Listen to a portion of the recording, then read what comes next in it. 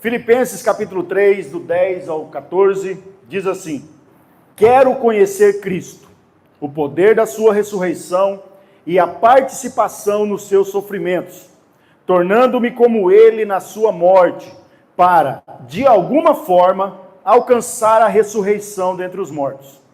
Não que eu já tenha obtido tudo isso ou tenha sido aperfeiçoado, mas prossigo para alcançá-lo, pois para isso também fui alcançado por Cristo Jesus. Irmãos, não penso que eu mesmo já o tenha alcançado, mas uma coisa faço, esquecendo-me das coisas que ficaram para trás, avançando para as que estão adiante, prossigo para o alvo, a fim de ganhar o prêmio do chamado celestial de Deus em Cristo Jesus. Eu quero repetir esse último versículo. Irmãos, não penso que eu mesmo já o tenha alcançado, mas uma coisa faço, esquecendo-me das coisas que ficaram para trás e avançando para as que estão adiante, prossigo para o alvo, a fim de ganhar o prêmio do chamado celestial de Deus em Cristo Jesus. Amém. Feche seus olhos, vamos orar por um instante. Senhor Deus, nós reunidos estamos aqui nessa noite, primeiramente para honrar e exaltar o Teu nome, Senhor. Nós já Te adoramos com as nossas canções, Te exaltamos, bendizemos o Teu nome. Mas, Pai, nessa hora nós queremos ouvir o Senhor falar aos nossos corações. Que a Tua palavra, meu Deus amado, venha de encontro a cada filho Teu, a cada filha Tua, que está aqui nesse ambiente, e esse que vai assistir, meu Deus, por essa rede social, Senhor. Eu oro, meu Deus, que o Teu Espírito Santo venha ministrar ao nosso coração vida. Sopra, Espírito de Deus, nessa noite, nesse lugar, para que ninguém saia desse ambiente da mesma forma que chegou, Pai. E que Teu Filho Jesus, nosso Senhor, nosso Redentor, nosso Salvador, seja glorificado. Essa é a minha oração e desde já a minha gratidão em o nome de Jesus. Amém? Pode tomar seus assentos. Nas Olimpíadas de 2008, que foram realizadas na China, aconteceu algo muito interessante. E eu quero usar isso como uma ilustração para nós entendermos um pouco esse sermão que eu quero pregar para você nessa noite. O tema do sermão que eu vou compartilhar com você hoje é Deixando o Passado, Focando o Futuro.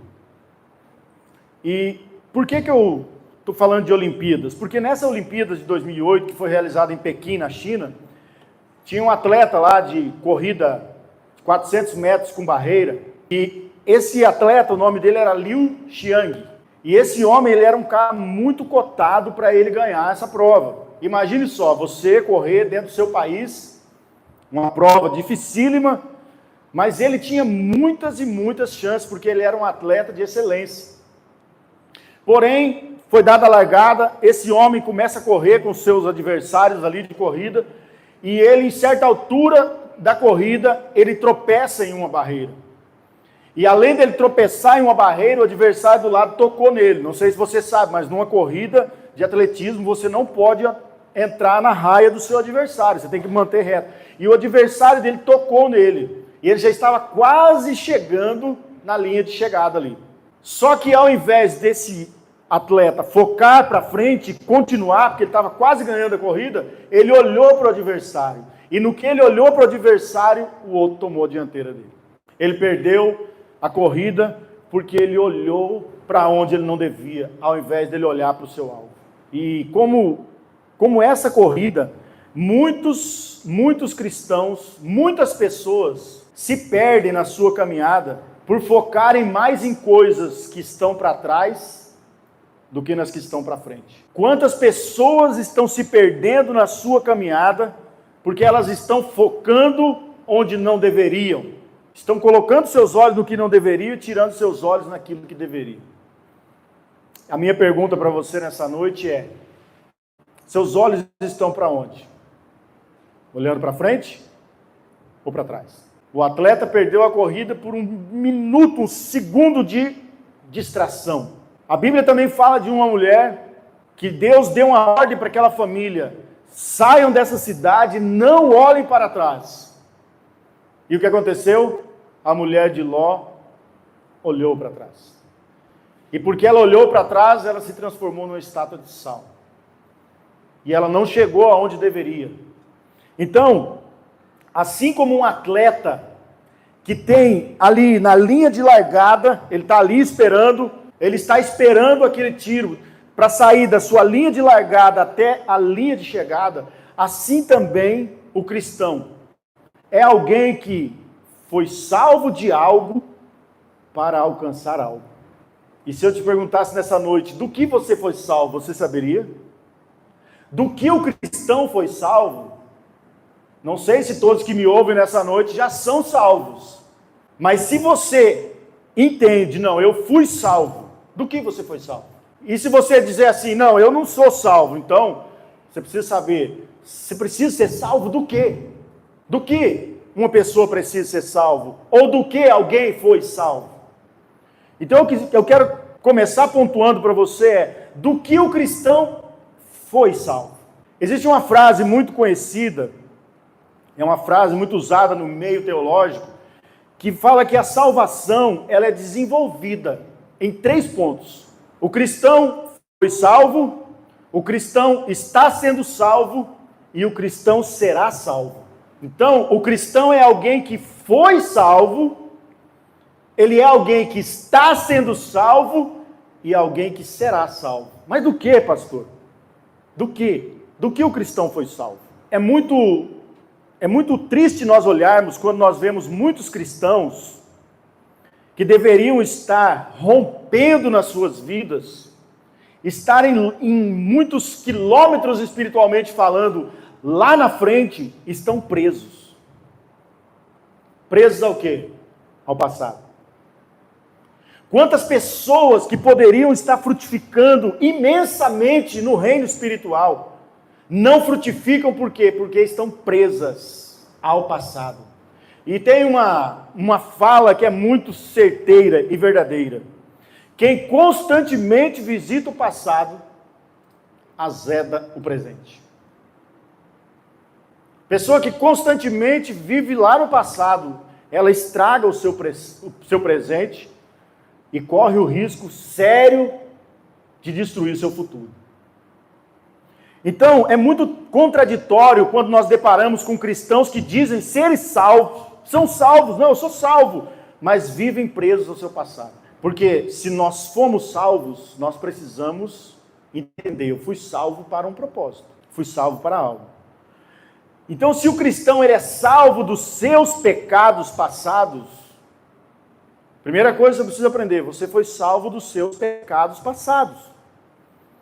Então, irmã, você que está aqui me ouvindo nessa noite, talvez eu esteja falando para alguém que ainda está preso no seu passado, mas muitas vezes as pessoas podem te perguntar, não, você é salvo? Sou salvo, mas eu estou preso lá no passado ainda. Eu vou dizer para você, a palavra de Deus nos diz que Ele pegou o escrito de dívida que constava contra nós e cravou na cruz. Se Jesus já perdoou o meu passado, o meu pecado, se Jesus já me perdoou, por que eu preciso ficar voltando lá? Se Jesus já me perdoou, por que eu não consigo me perdoar ou perdoar aquela pessoa que me ofendeu? Muitas vezes nós nos colocamos acima de Deus. Muitas vezes nós queremos ser mais do que Deus, porque se o próprio Deus já fez algo, no caso, perdoar o meu pecado, o seu pecado. E quem escreveu esse texto? O apóstolo Paulo. Quem era Paulo? Um dos maiores perseguidores da igreja. Você já pensou se Paulo ficasse remoendo o seu passado? Você já pensou se Moisés, quem é Moisés? O libertador de Israel. Moisés era o quê? Moisés cometeu um homicídio. Você já pensou se Moisés falasse, ai Deus, eu matei aquele cara, Senhor, eu não sirvo para você, eu não posso. Eu já fiz um crime lá atrás, eu cometi um crime lá atrás, Senhor, eu não posso. Você não vai ver esses homens dizendo isso. Então, se o cristão é salvo dos seus pecados passados, quanto a ele, você não pode fazer mais nada pelo que passou. Eu não posso fazer mais nada quanto ao que passou. Eu posso fazer algo com respeito ao meu presente e ao meu futuro. Mas ao meu passado não tem mais como mudar. Se uma pessoa já foi abusada lá atrás, você tem como voltar atrás e rever isso? Não tem como. Se você foi espancado, foi agredido, você não tem como mudar o que já passou. Mas nós podemos mudar o presente e entender que há um futuro reservado para aqueles que realmente compreendem o porquê foram salvos. Amém? Então, nós devemos, irmãos, entender uma coisa, que precisamos abandonar o peso do passado.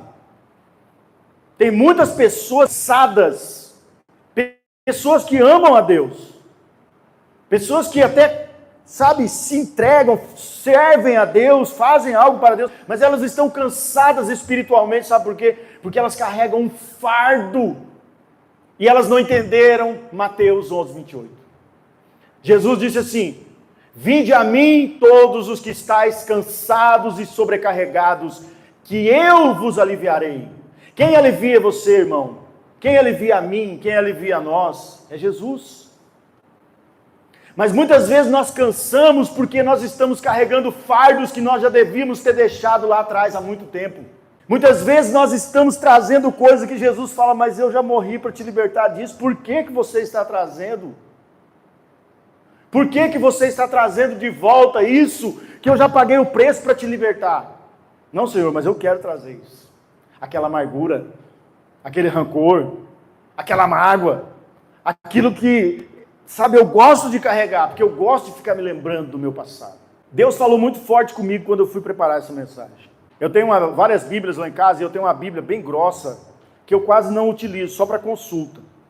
E quando eu estava preparando esse sermão, que o texto base é Filipenses, eu peguei essa Bíblia para fazer consulta, bati o dedo, abriu em cima de Filipenses no capítulo 3. Eu fui pegar um comentário bíblico que eu tenho. Quando eu abri o comentário bíblico, abriu em cima de Filipenses.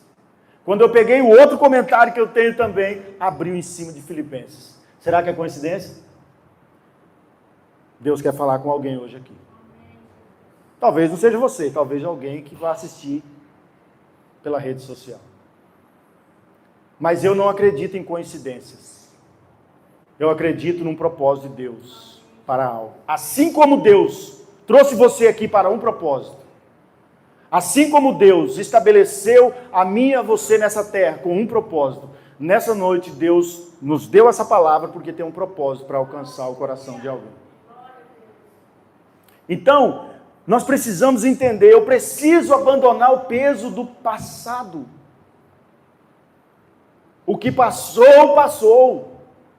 Eu preciso abandonar, para quê? Para mim poder me concentrar no presente e no meu futuro, que Cristo tem para mim. E olha que interessante, o presente é um presente. É um presente de Deus para mim e para você o dia de hoje. E muitas vezes nós não desfrutamos esse presente chamado hoje, porque nós estamos tão amargurados, trazendo tanta tranqueira do passado, carregando tanta coisa do passado, que nós não desfrutamos o presente que Deus nos dá, que chama hoje. E se nós não desfrutamos o presente chamado hoje, certamente não desfrutaremos o melhor de Deus. Então, irmãos, o cristão é salvo dos seus pecados passados. Essa é a primeira coisa que você precisa aprender. O cristão é alguém que foi salvo da escravidão do pecado. Se você ainda é escravo do pecado, então você não foi salvo. Uma pessoa que é escrava do pecado ainda precisa ser salvo. Porque o cristão foi salvo da escravidão do pecado. O cristão está sendo salvo do domínio do pecado. Paulo diz, posso todas as coisas, mas não me deixarei dominar por nenhuma delas. O cristão é aquela pessoa que pode fazer tudo, mas ele não faz, sabe por quê? Porque ele não é mais escravo daquilo. Tem pessoa que pergunta, pastor, o cristão pode fumar? Pode. Beber? Pode. Por que eles não fazem? Porque eles não precisam. E porque não são escravos disso. Porque a pessoa que se embriaga, que fuma, que faz todas essas coisas, ela faz isso por quê? Para preencher um vazio do seu interior. Mas quando Cristo liberta, ela é preenchida pela presença de Cristo, ela não precisa mais de droga, ela não precisa mais da bebida, não precisa mais dessas coisas. Por quê? Porque Cristo preencheu o seu interior. Portanto, uma pessoa que ainda está presa aos vícios, E vício tem muitos, irmãos. Não é só bebida, droga. Tem pessoa que é viciada em mentira. Tem pessoa que é viciada em dar calote nos outros. Tem pessoa que é viciada na prostituição, no adultério. Então, se nós fomos salvos realmente, eu fui salvo da escravidão do pecado. Eu fui salvo do domínio do pecado. O pecado não tem mais domínio sobre a minha vida. E eu vou ser salvo do quê? Eu serei salvo da condenação do pecado. Porque o pecado e condenação são causa e efeito. Pecado e ira são duas coisas que são interligadas. E essa é a segunda coisa que o cristão é salvo. O cristão é salvo da ira vindoura. A Bíblia fala, toda ela fala da ira, do grande dia da ira de Deus. Qual será esse grande dia da ira de Deus? Quando Deus irá julgar os pecados dos homens. E esse dia está muito próximo. O dia que Deus irá julgar os homens segundo os intentos do seu coração. Deus não vai julgar somente pelo que eu fiz. Ele vai julgar o porquê eu fiz o que eu fiz. Ou porquê deixei de fazer o que deveria ser feito. O intento do coração. Tem muitas pessoas que nunca cometeram adultério realmente, mas já cometeram adultério aqui na mente muitas vezes. Por isso que Jesus diz, se um homem olhar para uma mulher com intenção impura, no coração ele já adulterou contra ela. Porque Deus, ele não olha apenas o que nós fazemos exteriormente, Deus olha a intenção do coração. E Deus vai julgar os homens segundo a intenção do seu coração. É por isso que muitas pessoas não recebem nada de Deus, sabe por quê? Porque Deus olha para ela, o porquê que ela está fazendo o que está fazendo. Tem muita gente que não sai da igreja, mas não tem nada de comunhão com Deus. Sabe por quê? Porque ela quer usar Deus somente para satisfazer as vontades dela. Ela quer que Deus faça a sua vontade, não ela fazer a vontade de Deus. Mas eu digo para você, o cristão é alguém que foi salvo da ira que virá sobre a terra. Se você olha o mundo, o caos que está nesse mundo, você há de concordar comigo. Se nós fôssemos, já pensou se nós fôssemos Deus, o que nós faríamos com esse mundo? Sendo um Deus justo, ele precisa punir o pecado. E não apenas o pecado, o pecador que ama o pecado. E quem é o pecador que ama o pecado? O pecador que endurece seu coração e não se arrepende. E muitas pessoas dizem, Deus odeia o pecado, mas ama o pecador. Isso está em parte certo, mas em parte está errado. Por quê? Deus ama o pecador arrependido. Odeia o pecador que não se arrepende. A ponto que ele vai mandar esse pecador que não se arrepende para o inferno. Porque esse pecador que não se arrepende rejeitou a Cristo, rejeitou o amor de Deus, rejeitou o sacrifício do seu Filho amado, rejeitou a Deus, zombou de Deus, desprezou de Deus. Então, de certa forma, é correto dizermos que Deus ama o pecador. Mas também é correto dizer que Deus odeia o pecador. Deus ama o pecador arrependido. Mas odeia o pecador que endurece o seu coração. E esse dia da grande ira de Deus está muito próximo. O dia da ira de Deus se aproxima. E por que que Deus está irado? Porque Deus odeia o pecado. Então, como eu disse anteriormente, pecado e ira, eles têm uma relação muito íntima de causa e efeito. O pecado atrai a ira de Deus. Você quer atrair a ira de Deus? Vivam a vida de pecado. Você quer atrair o favor de Deus? Se arrependa dos seus pecados. Arrependa-se dos seus pecados. Então, irmãos, o pecado atrai a ira de Deus sobre o pecador. Portanto, se o pecado já foi perdoado, a ira de Deus não vai recair sobre quem já foi salvo. É por isso que uma pessoa salva, ela não teme a morte. Você sabe por que uma pessoa que não tem certeza da sua salvação tem um medo de morrer? Porque ela sabe que se ela não é salva, ela vai se deparar com um Deus santo e justo, que julgará cada um segundo as suas obras, e ela tem medo desse dia. Mas quem foi salvo não tem medo da morte, pelo contrário, anseia por encontrar com o seu Senhor. Sabe por quê? Porque ele sabe que o seu pecado já foi perdoado e agora ele é inocente. Em Cristo Jesus, ele vai morrer para receber recompensa no céu. Mas eu pergunto para você nessa noite: você já foi salvo? Você já foi salvo? Então, só refrisando novamente aqui, o cristão é salvo dos seus pecados passados e o cristão é salvo da ira vindoura. Passado, futuro. O tema da mensagem é deixando o passado, focando no futuro. Para onde você está olhando? Para trás ou para frente? Onde seus olhos estão postos? Aqui olhando, todos estão olhando para mim. Mas espiritualmente falando, você está olhando para onde? Seus olhos estão lá no passado? Ou seus olhos estão postos no futuro? Existe também um grande erro cometido por muitos cristãos. Muitos cristãos cometem esse erro. Eles olham para o lugar errado. Eles olham para onde não deveriam. Quando nós falamos que o cristão foi salvo de algo, o de algo que nós fomos salvos sempre tem a ver com coisas negativas. Por exemplo, nós fomos salvos da ira vindoura, nós fomos salvos do domínio do pecado, nós fomos salvos do poder do pecado, nós fomos salvos de muitas coisas que gerariam condenação, percas na nossa vida. E muitos cristãos não progridem espiritualmente devido a estarem constantemente revisitando as coisas negativas do passado. Por exemplo, num casamento.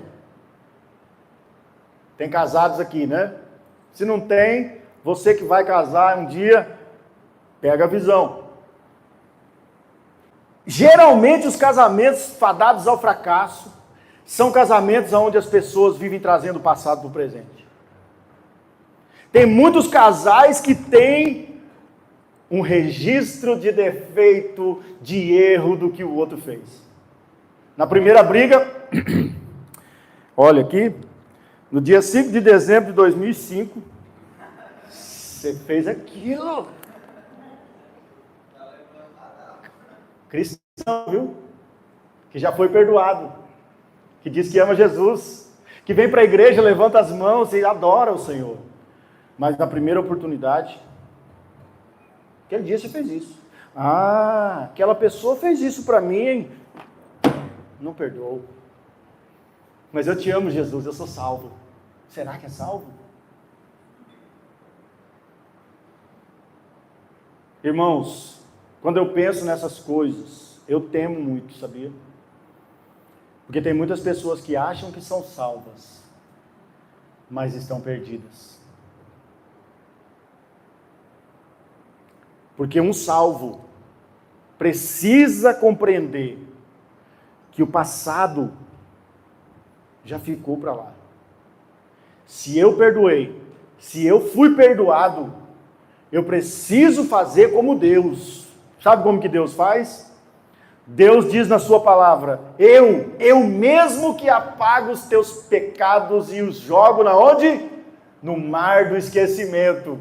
E aí eu vou acrescentar uma coisa ainda. Ele coloca uma plaquinha lá dizendo assim, proibido pescar. Porque tem alguns que vai lá querer pescar ainda. Vê se pega.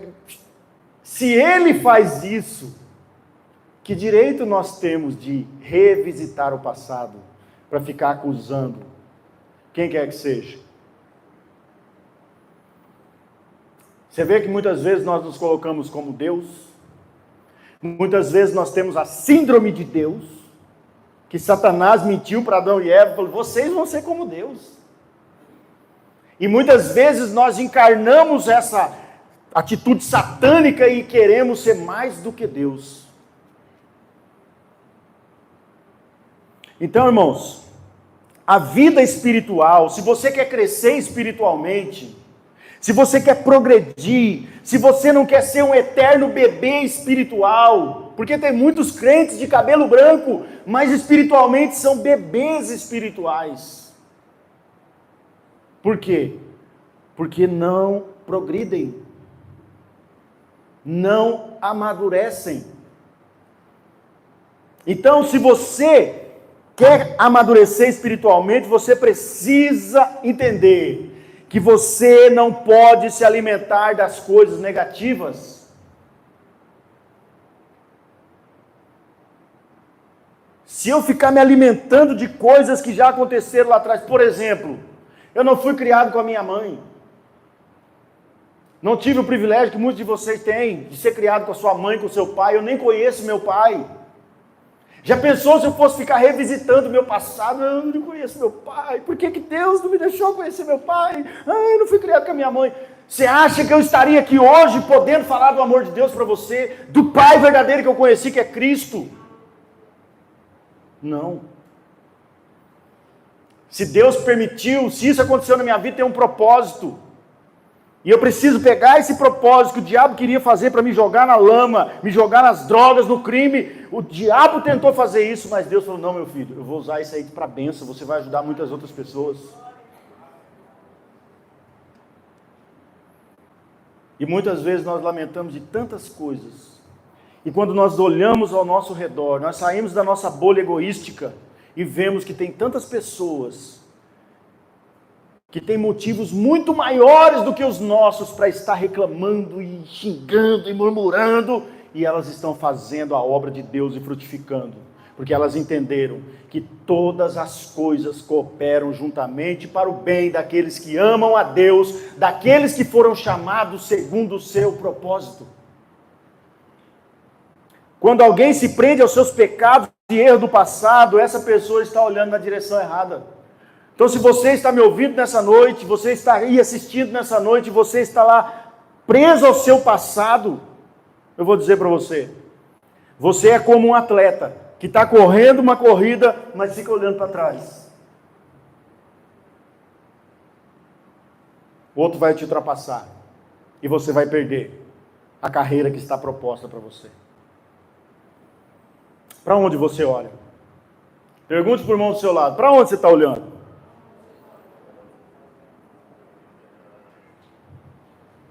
Para onde você está olhando? O que o cristão era, isso é a coisa menos importante, meu irmão. O que eu era no meu passado, não importa. O que importa é quem eu sou em Cristo Jesus. O que importa é para que eu fui chamado.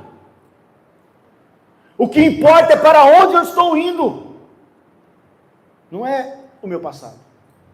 Ah, pastor, você não pode falar do teu passado? Pode. Sabe para quê? Como Paulo. Sabe como que Paulo fazia? Quando ele falava do passado dele? Ele falava de vez em quando do passado dele. E quando ele falava, sabe o que ele fazia? Ele falava das coisas que envergonhavam ele.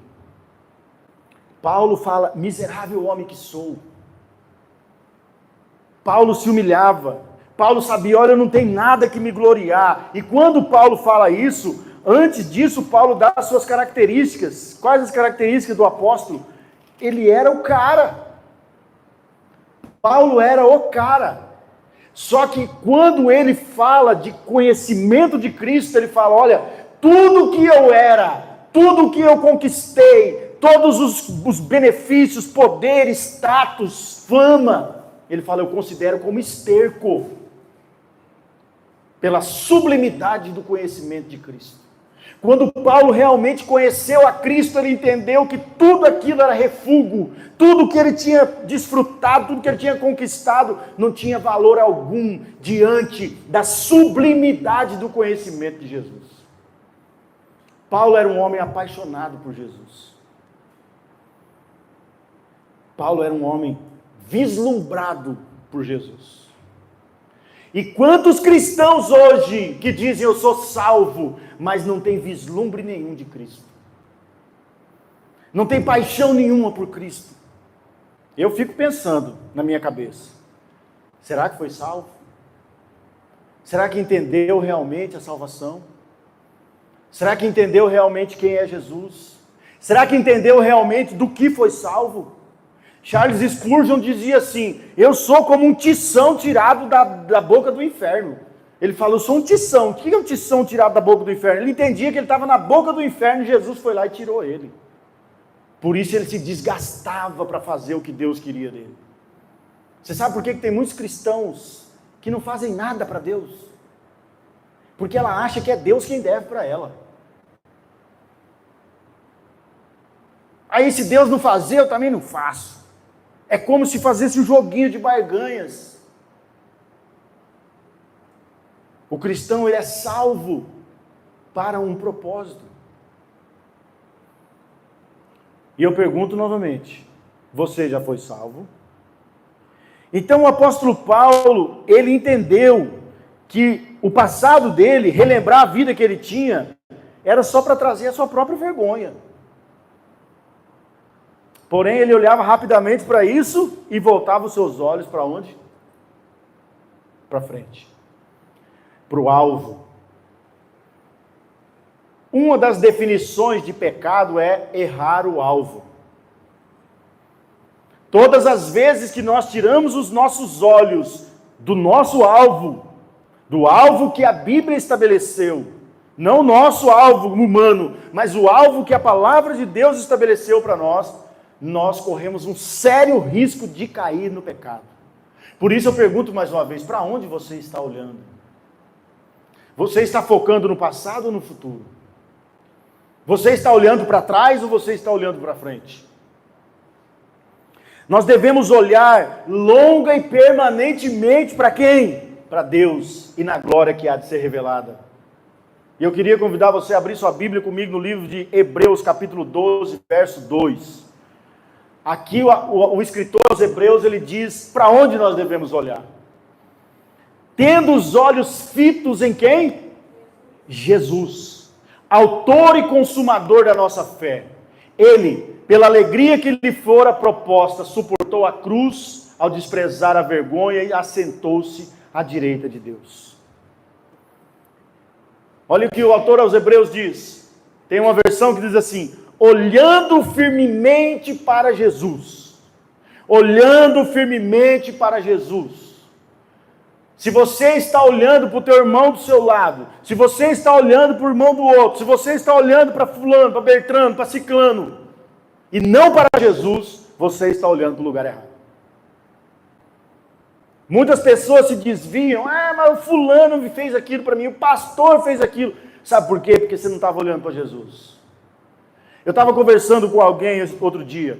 As pessoas que mais criticam são as que menos fazem.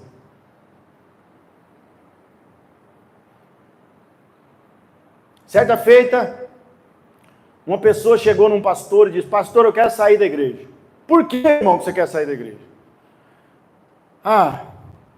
Fulano, essa igreja tem muita gente cheia de defeito. Aquele fulano lá é fofoqueiro, aquele outro lá tem não sei o quê. Ele começou a falar. Aí o pastor falou, tá bom, irmão, você quer sair da igreja? Eu vou fazer um desafio para você. Você pega um copo, enche o copo de água ali. Enche até a boca. Aí o cabo foi lá e encheu. Agora eu quero falar para você uma coisa. Você vai dar 7 voltas em volta da igreja. Não é para derrubar a igreja como lá em Jericó não, tá? Você vai dar 7 voltas em volta da igreja sem derramar uma gota de água. Mas você não vai andar devagarzinho não. Você vai troteando ou correndo. Aí ele falou, tá bom, pastor. Mas não derrama água. Tá bom, pastor. E aquele cabra começou a correr. 7 voltas. O pastor está aqui. Aí o pastor falou, agora eu quero te perguntar uma coisa. Quando você estava correndo e prestando atenção no copo de água, você lembrou do defeito do irmão ali? Você lembrou do problema do outro ali? Você lembrou do outro lá? Não. Sabe por quê? Porque o problema é que você está muito desatento no que você deveria fazer e está mais atento em coisas que você não deveria. Então, irmãos, para onde eu devo olhar? Para Jesus. Quando você olha para Jesus, você fica tão apaixonado por ele. E aí quando você vê o defeito do seu irmão, você vai falar para ele: Jesus, ajuda meu irmão a melhorar, Jesus. Transforma ele, Jesus. Porque eu também sou ruim. Jesus. E o Senhor tem compaixão de mim. Alcança meu irmão. Alcança minha irmã. Ajuda ela, ajuda ele, Jesus. Mas quando nós estamos olhando só para o nosso irmão, aí fica a nossa carnalidade. Aí ele fala assim: esse povo não presta. Não é assim? Não é assim? É assim, irmãos, porque eu já fui assim. Eu já passei por crises na minha vida, onde a minha carne falava mais alto e eu via erro em todo mundo, menos em mim. Mas quando você olha para Jesus, quando você olha para a palavra de Deus, a palavra de Deus é como um espelho, e ela mostra quem nós somos de fato e em verdade. E ali na palavra de Deus nós vamos ver que nós não somos tão bonzinhos assim como nós dizemos. Na palavra de Deus nós vamos ver que nós somos maus. E isso nos leva a nos humilharmos diante do Senhor e pedirmos perdão para Ele. E assim como Paulo dizer: eu não tenho nada que me gloriar a não ser na cruz de Cristo. Por isso nós precisamos olhar para Jesus, porque todas as vezes que nós olhamos para o lugar errado, nós regredimos espiritualmente ao invés de progredirmos. É por isso que muitas pessoas estão travadas nas suas vidas espirituais, sabe por quê? Porque ao invés de olhar para Jesus, elas estão olhando para as circunstâncias ao seu redor, estão olhando para o homem, estão olhando para um problema do marido, da mulher, do filho, do fulano, do Bertrano, e ela não está olhando para Jesus. Pergunto novamente: para onde você está olhando? Você está olhando para o passado ou para o futuro? Então, não cometa o erro de ficar olhando para o passado, você que é casado, que o seu marido fez um erro com você lá no ano 1930, não guarde o seu caderninho de relatórios, você mulher, você marido, jogue fora e queime o registro de relatórios, de acusações, porque Satanás, um dos adjetivos, um dos nomes do diabo é acusador. E a acusação causa dor. Acusador. Por isso que Jesus, todas as vezes que alguém vinha arrependido a ele não acusava. Ele não descia chibata, ele falava: vai e faz o quê? Não peque mais. Aquela mulher que foi pega em adultério, os acusadores ali com pedras na mão, tem que matar, tem que matar. Aí Jesus falou: ei, vocês estão querendo matar? Aquele que não tem pecado, faça o quê? A consciência deles pesou. E eles foram saindo, aí ficou só a mulher. Ele falou: filha, cadê os teus acusadores? Onde estão? Foram embora, Senhor. Ele falou: eu também não te condeno. Vai e não peques mais. Então nós precisamos aprender que não devemos cometer o erro de ficar preso ao passado. Nós precisamos olhar para frente, olhar para Jesus. Você pode dizer para o teu irmão, hein? Olha para frente, olha para Jesus. Fala com intensidade para ele: olha para frente, Denis, olha para Jesus, rapaz.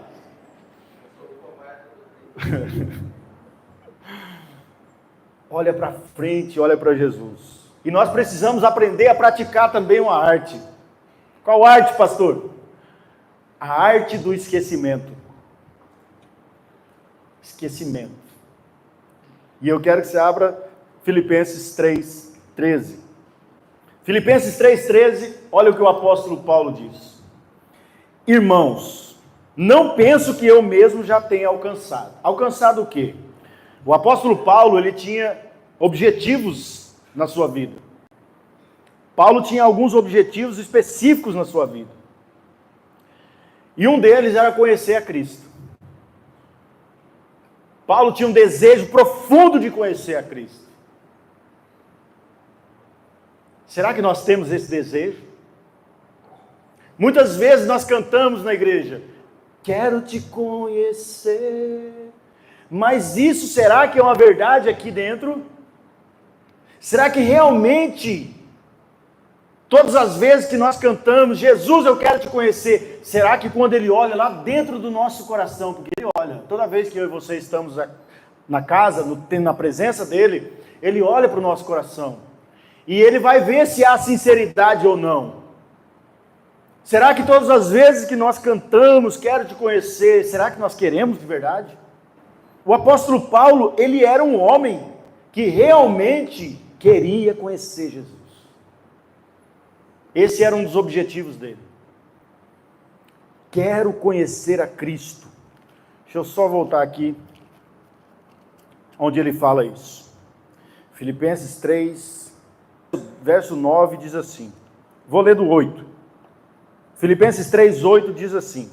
Sim, deveras considero tudo como perda por causa da sublimidade do conhecimento de Jesus, meu Senhor, por amor do qual perdi todas as coisas. Olha só, Paulo, por amar a Cristo, perdeu tudo.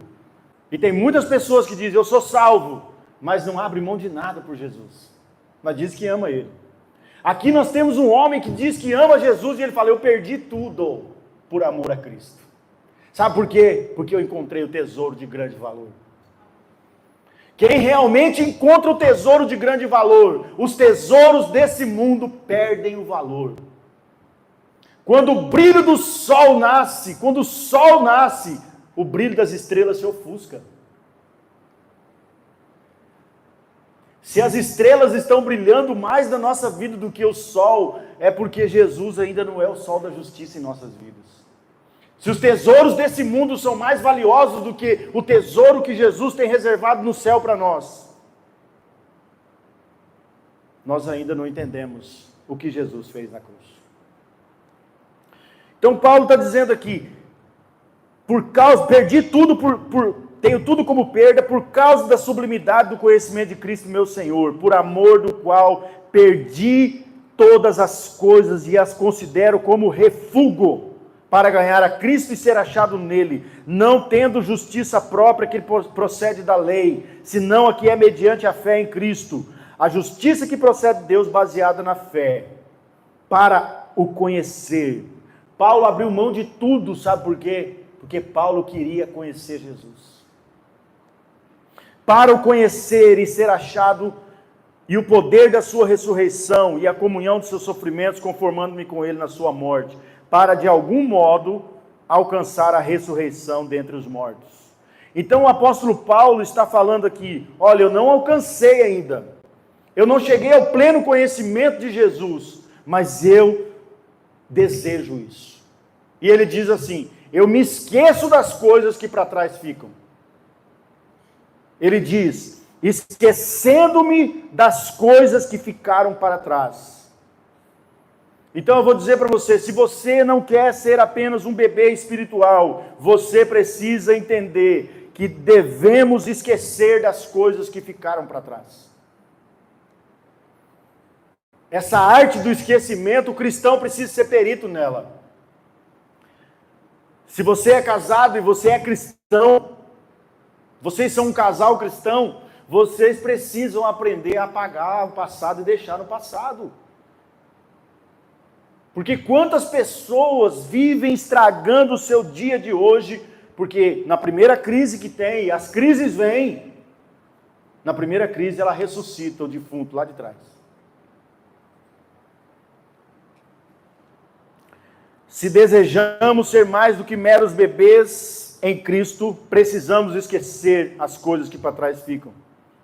Se você não consegue, não confia que Deus lidou com o passado, se você não confia que Deus já te perdoou, se você não confia que Deus já operou o teu perdão, já fez isso definitivamente, eu vou dizer para você, é fácil você se sentir derrotado. Você sabe por que hoje nós vivemos numa geração de tantas pessoas com depressão? A depressão é uma visita constante ao passado. A ansiedade é visita ao futuro. E a pessoa não consegue viver no presente se ela visita constantemente o passado ou o futuro. A ansiedade é sofrer por antecipação. E eu vou dizer para você, a ansiedade não muda nada. Ansiedade é sofrer por antecipação e ansiedade é incredulidade. Todo ansioso é um incrédulo. Pastor, você está sendo muito duro. Não, porque se eu confio que meu Deus tem o controle de tudo nas suas mãos, por que eu vou andar ansioso? E como a irmã disse no começo do culto, sem fé é impossível agradar a Deus. Aí pega a gente, né? Porque nós vivemos numa geração de ansiosos. Sabe por quê? Porque estão mais dando importância ao que vem na televisão, nas notícias, do que na palavra de Deus. E quantos que se dizem cristãos que nem Bíblia não lê? Consulta as notícias, mas não consulta a palavra de Deus. A ansiedade. O apóstolo Pedro diz assim, não andeis ansiosos, lançando sobre ele a vossa ansiedade. Por quê? Porque ele tem cuidado de você, crente. Ele cuida de você, como a canção diz, né? Eu cuido de ti. Não é assim? Mas muitas vezes nós cantamos essa canção, mas não acreditamos que ele cuida de nós. Se nós não confiamos que Deus lidou com o nosso passado de forma completa, é fácil sentir-se derrotado após anos de sofrimento por causa dos nossos erros. Quem aqui nunca errou? Atire a primeira pedra. Todos nós já erramos. Todos nós já cometemos coisas das quais nos envergonhamos. Mas eu vou dizer para você uma coisa. Se Deus nos perdoou em Cristo, por que nós revisitamos elas de novo? Se o Senhor Jesus já não se lembra mais, por que nós devemos nos lembrar? Se Deus nos perdoou verdadeiramente, nós não precisamos ficar remoendo o passado. Não remoa o passado. É hora de quê, pastor? É hora de seguir em frente. É hora de você seguir em frente. Se você já foi salvo, você precisa saber, eu já fui purificado. Você pode ter sido a pior pessoa do mundo, como eu era, uma pessoa complicadíssima, mas Jesus me perdoou, Jesus me salvou, Jesus me justificou, Jesus me santificou, e um dia eu serei glorificado com Ele. E isso é para você também que foi salvo. Então, se Ele já fez tudo isso, por que eu vou ficar lá no meu passado, remoendo o meu passado? Nós devemos dominar a arte do esquecimento, deixando para trás os erros e pecados passados que já foram perdoados por Deus. Se Deus já te perdoou, por que você não se perdoa? Se Deus já perdoou essa pessoa que você tem rancor, por que você não perdoa ela? Quando fala de perdão, é uma coisa que pega muita gente. E Jesus falou lá no Pai Nosso, se você não perdoar, você também não vai ser perdoado. Mas é interessante que quem realmente entendeu o perdão de Deus, não consegue reter o perdão para ninguém. Você sabe por que muitas pessoas retêm o perdão? Porque ela não entendeu o perdão de Deus. Olhar constantemente para trás nos impede de avançar na jornada espiritual. Se você quer avançar, você não pode ficar como o atleta que fica correndo e olhando para trás. Você vai trombar no teu oponente do lado ali, vai trombar em alguém, ou vai sair fora da pista. Você precisa ter os olhos fixos no seu alvo. E qual o alvo do cristão? O alvo do cristão deve ser Cristo. O alvo do cristão deve ser a vontade de Cristo. O alvo do cristão deve ser conhecer a Cristo. E eis o ponto que eu quero falar agora. Por quê? Para que o cristão é salvo? Por que Deus salva alguém? Qual o propósito de Deus salvar um homem? Quando alguém é salvo, essa pessoa, ela é salva, mas ela não fica vazia. Ela é preenchida pelo quê? Pelo Espírito Santo de Deus. Quando nós fomos salvos, o Espírito Santo passou a habitar em nós. Os demônios que existiam em nós, eles foram embora. E o Espírito Santo faz o quê? Ele faz o salvo experimentar uma nova vida. Novidade de vida faz parte da vida de um salvo. Novidade de vida. E essa novidade de vida renova suas esperanças. Por isso que uma pessoa que vivia uma vida toda desgraçada, longe de Cristo, agora salva em Cristo Jesus, é uma nova criatura. É uma pessoa que tem novas expectativas, novos sonhos, novas esperanças. O seu alvo agora é o céu, o seu futuro está garantido. Por quê? Porque a esperança dela não está mais nessa terra, está em Cristo no céu. O salvo experimenta uma nova vida, renovando suas esperanças, encontrando alegria e propósito. Por isso o cristão se alegra. Mas muitos cristãos não entendem o propósito pelo qual foram salvos, para o que foram salvos. E aqui nós estamos falando de um homem que compreendeu plenamente esse propósito. O apóstolo Paulo entendeu o propósito para o qual ele foi salvo. O cristão, irmãos, ele é salvo em primeiro lugar para conhecer a Cristo. Você que foi salvo, você conhece a Cristo? Não um conhecimento teórico, mas um conhecimento verdadeiro. De ouvir a voz, de saber a vontade. Esse conhecimento não vem somente de você sentar num banco de igreja. Esse conhecimento só vai vir, sabe para quem? Para quem entendeu quando Jesus disse assim, olha, quando você orar, entre no teu quarto, fecha a tua porta e fala com teu pai em secreto, e teu pai que te vê em secreto te recompensará. Sabe o que Jesus está ensinando para mim e para você? Intimidade. E essa intimidade, irmão, você não realiza aqui.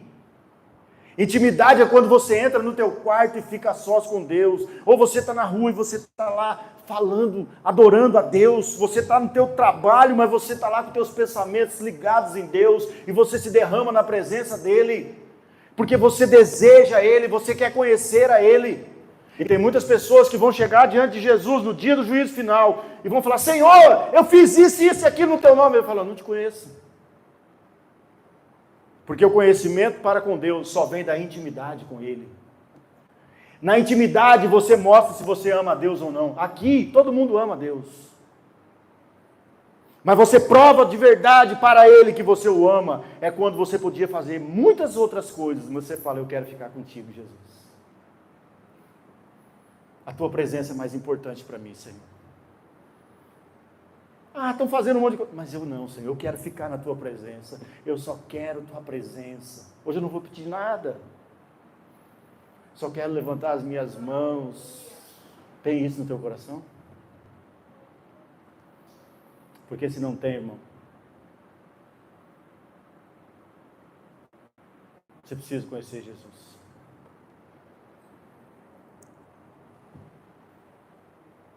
A religião não salva ninguém.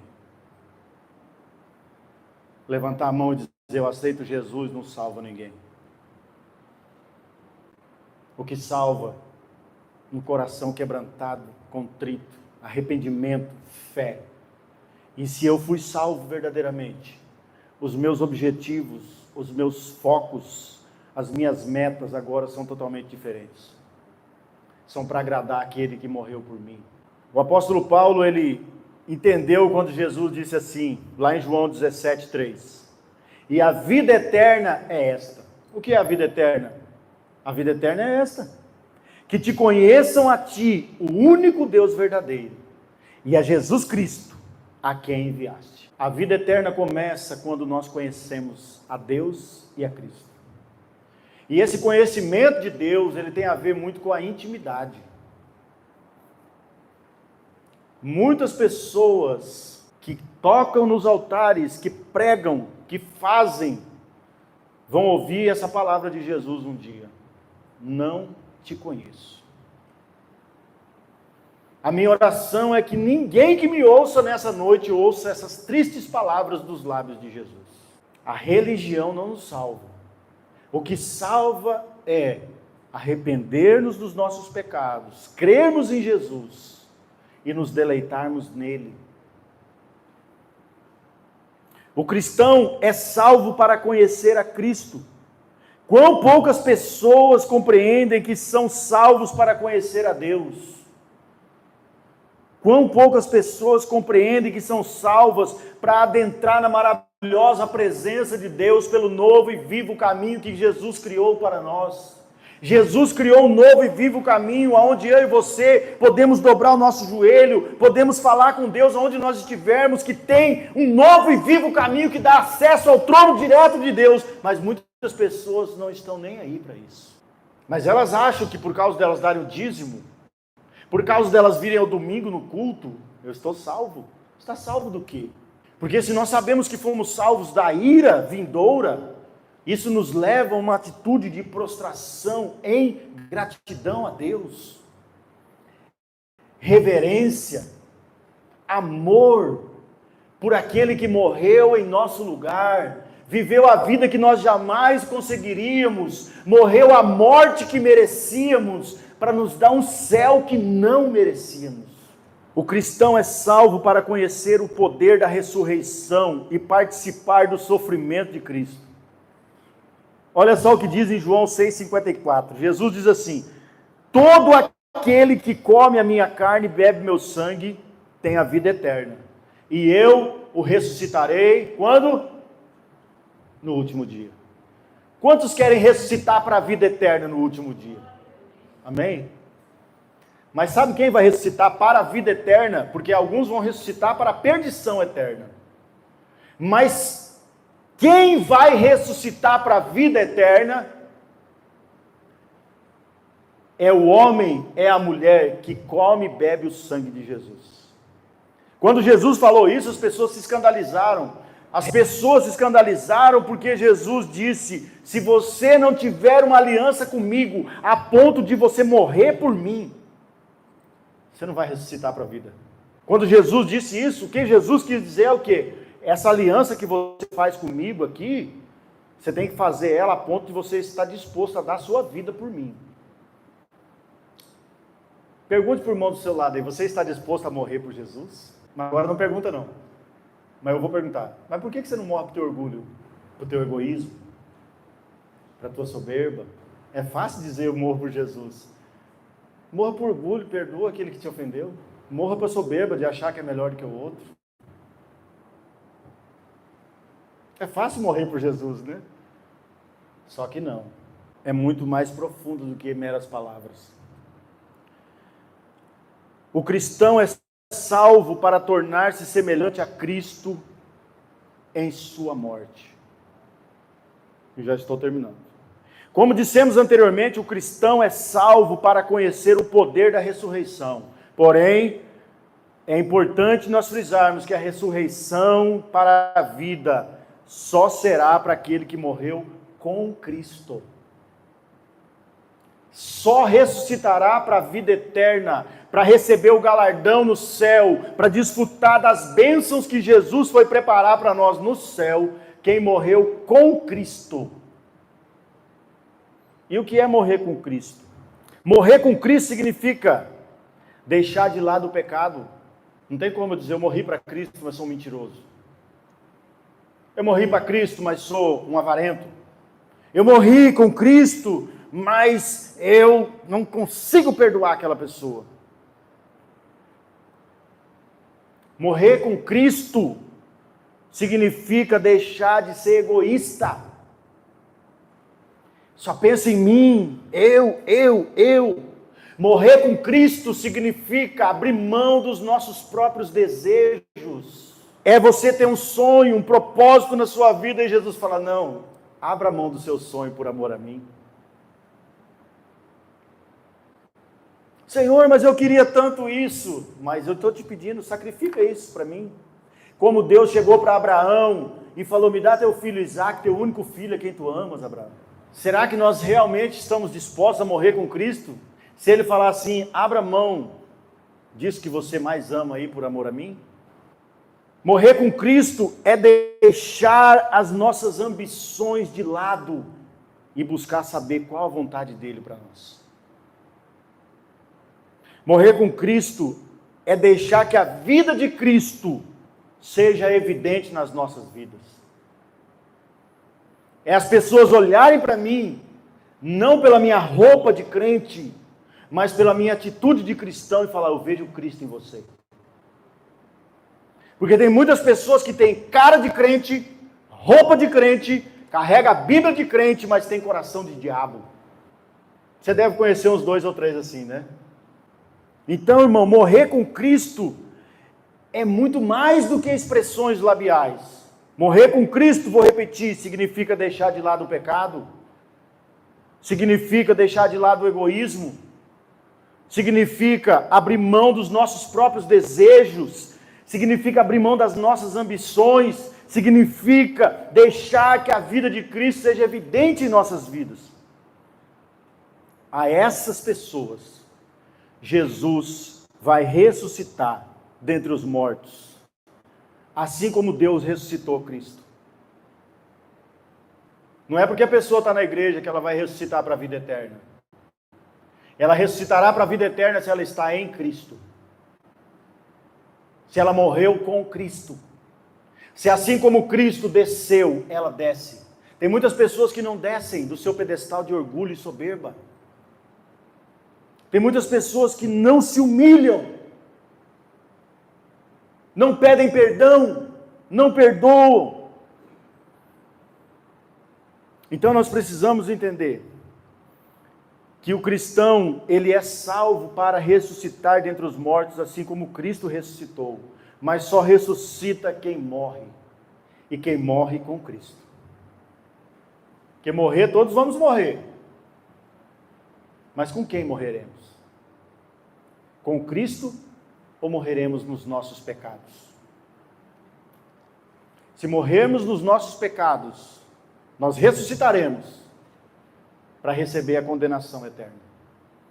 Mas se morrermos com Cristo, podemos descansar, podemos acalmar o nosso coração, podemos viver em paz, porque a palavra de Deus diz, nem a morte nem a vida nos separarão do amor de Deus que está em Cristo Jesus, nosso Senhor. Para concluir, eu quero dizer que hoje eu e você, nós somos desafiados a fazermos um compromisso, irmãos. Se você é salvo, você precisa ter esse compromisso, não comigo, não com o seu irmão do seu lado, não com o seu marido, com a sua mulher, com o seu filho, não com o pastor, não, com a denominação, não, um compromisso com Cristo. Que compromisso, pastor? De focar os teus olhos em Cristo. Focar os nossos olhos em Cristo. Nós devemos fazer o quê? Abandonar as distrações do passado. Se tem alguma coisa te distraindo de Cristo, abandone isso. Se é uma amizade, sai fora. Se é alguma coisa que está te tirando, te impedindo de focar em Cristo, sai fora disso. Por quê? Porque se você não focar os teus olhos em Cristo, você pode se desviar do caminho e caminhar rumo à perdição eterna.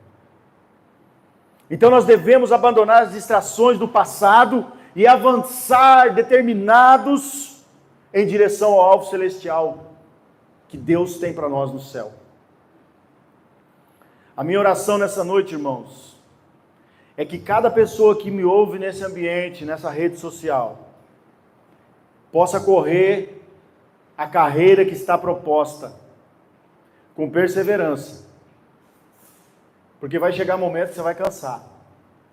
Vai chegar momento que você vai falar, Deus, eu não aguento.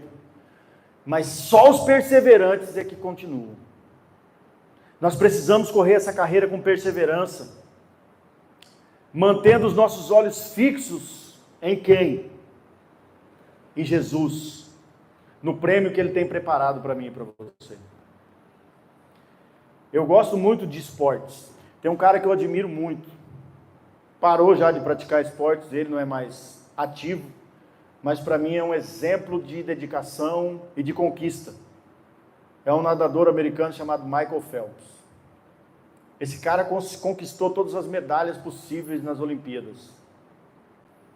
Só que esse cara, ele se abstinha por 4 anos de estar com a família, de comer o que ele queria, de fazer o que ele queria. Se submetia a dietas rigorosíssimas, a treinos pesadíssimos. Para quê? Para chegar numa Olimpíada e conquistar uma medalha de ouro. Esse cara, tem muita gente no mundo que nem sabe que esse cara existe. Mas ele deu a vida dele, o sangue dele, por um tesouro perecível. Existe um tesouro reservado no céu para nós, imperecível. Um tesouro imarcessível, a Bíblia diz. Um tesouro inigualável. Mas muitas pessoas estão trocando os tesouros do céu pelas mesquinharias dessa terra. Saiba, Adão e Eva perderam o paraíso por causa de tesouros passageiros. Então, irmãos, que eu e você compreendamos que nós temos uma carreira para correr. Se você não foi salvo, você tem que correr para os braços de Jesus em arrependimento, porque a ira vindoura está próxima. Fuja da ira vindoura. Como que eu fujo? Me arrependendo dos meus pecados, me achegando a Cristo. E se eu já fui salvo, eu preciso correr a carreira que está proposta, olhando para Jesus, o autor e consumador da fé, esquecendo-me das coisas que para trás ficam. E eu queria te convidar para se colocar de pé. Eu quero ler o último versículo, que é Filipenses 3,13, para nós terminarmos. O apóstolo Paulo diz assim: irmãos, não penso que eu mesmo já tenha alcançado, mas uma coisa faço, esquecendo-me das coisas que ficaram para trás e avançando para as que estão adiante, prossigo para o alvo, a fim de ganhar o prêmio do chamado celestial de Deus em Cristo Jesus.